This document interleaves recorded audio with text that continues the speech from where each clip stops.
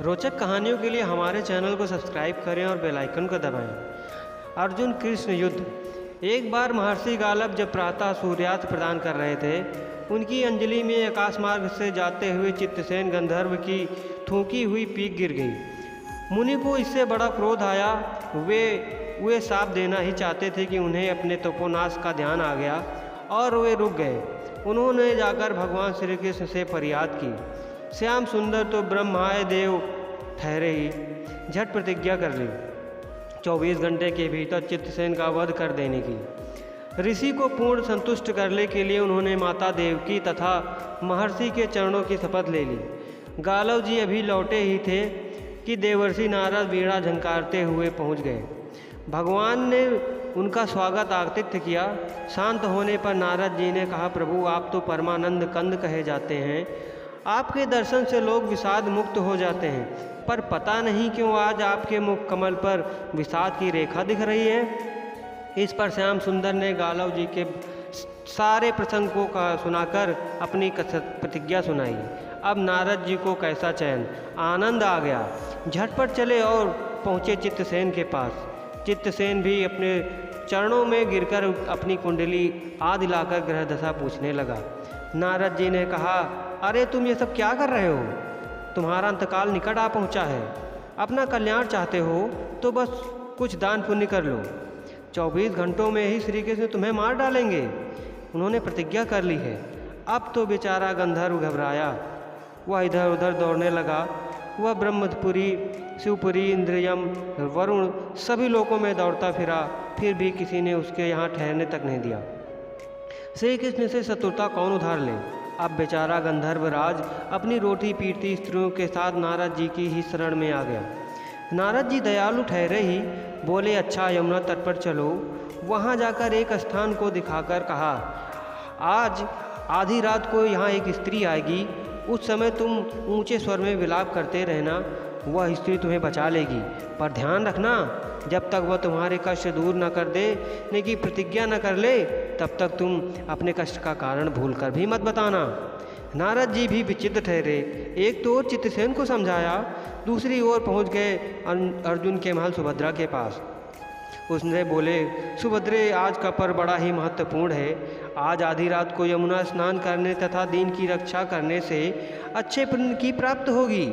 आधी रात को सुभद्रा अपनी एक दो सहेलियों के साथ यमुना स्नान को पहुंची। वहां उन्होंने रोने की आवाज़ सुनाई पड़ी। नारद जी ने जीर्णोद्धार का महत्व बतला ही रखा था। सुभद्रा ने सोचा, चलो अच्छे पुण्य लूट ही लूँ। वे तुरंत उधर गई और चित्तसेन रोता हुआ मिला। उन्होंने लाख पूछा, पर वह बिना प्रतिज्ञा बतलाए ही नहीं। अंत में उनके प्रतिज्ञाबद्ध होने पर उसने स्थिति स्पष्ट की। अब तो यह सुनकर सुभद्रा बड़े संकट में पड़ गई, असमंजस में पड़ गई। एक वो श्री कृष्ण की प्रतिज्ञा, वह भी ब्राह्मण के ही लिए, दूसरी ओर अपनी प्रतिज्ञा। अंत में शरणागत रास का निश्चय करने वे उसे अपने साथ ले गई।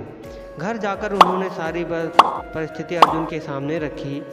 अर्जुन ने सुभद्रा को सांत्वना दी और कहा कि तुम्हारी प्रतिज्ञा पूरी होगी। नारद जी ने इधर सब ठीक कर लिया।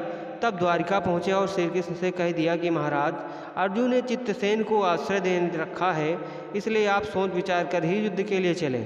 भगवान ने कहा, नारद जी एक बार आप मेरी ओर से अर्जुन को समझाकर लौटाने की चेष्टा करके तो देखिए।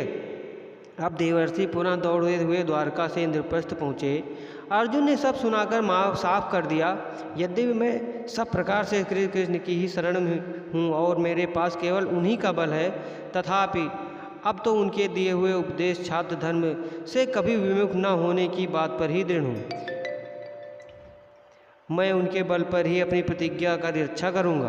प्रतिज्ञा छोड़ने में तो वे ही असमर्थ हैं। दौड़कर देवर्षि अब द्वारका आ गए। जो का तो अर्जुन का वृत्तांत कह सुनाया। अब क्या हो, युद्ध की तैयारी हुई। सभी यादव पांडव रचेत की पूरी के साथ उपस्थित हुए। तुमुल युद्ध छिड़ गया। बड़ी घमासान लड़ाई हुई, पर कोई जीत नहीं सका। अंत में श्री कृष्ण ने सुदर्शन चक्र छोड़ा और अर्जुन ने पशुपतास्त्र साथ छोड़ दिया। प्रलय के लक्षण को देखकर अर्जुन ने भगवान शंकर को स्मरण किया। उन्होंने दोनों शस्त्रों को मनाया। फिर वे भक्तवत्सल भगवान श्री कृष्ण के पास पहुँचे और कहने लगे, हे प्रभु, राम सदा सेवक रुच राखी, वेद पुराण शोक सब राखी। भक्तों की बात के लिए आगे अपनी प्रतिज्ञा को भूल जाना तो आपका महज सहज स्वभाव है। इसकी तो असंख्य बार आवृत्ति हुई है। अब तो इस लीला को यहीं समाप्त कीजिए। बाण समाप्त हो गए हैं। प्रभु युद्ध से विरत हो गए। अर्जुन को गले लगाकर उन्होंने युद्ध श्राम को मुक्त किया, चित्रसेन को अभय किया। यह सब लोग धन्य धन्य कह उठे। पर गालों को यह बात अच्छी नहीं लगी। उन्होंने यह तो अच्छा मजाक है। स्वच्छ हृदय से के ऋषि बोल उठे, लो मैं अपनी शक्ति प्रकट करता हूँ। मैं श्री कृष्ण अर्जुन सुभद्रा समेत चित्रसेन को जला डालूंगा। पर बेचारे साधु ने जय ही जल हाथ में लिया। सुभद्रा बोल उठी, मैं यदि कृष्ण की भक्त हूँ और अर्जुन के प्रति मेरा प्रतिभक्ति पूर्ण हो तो यह जल ऋषि के हाथ से पृथ्वी पर न गिरे। ऐसा ही हुआ। गालव बड़े लज्जित हुए। उन्होंने प्रभु को नमस्कार किया और अपने स्थान पर लौट गए। तदनंतर सभी अपने अपने स्थान पर पधार गए। दोस्तों, आपको ये कहानी कैसी लगी कमेंट करके ज़रूर बताइएगा। वीडियो को लाइक कीजिएगा, शेयर कीजिएगा और हमारे चैनल स्पाइसी स्टोरीज़ को सब्सक्राइब करके बेल आइकन को प्रेस कीजिएगा। धन्यवाद।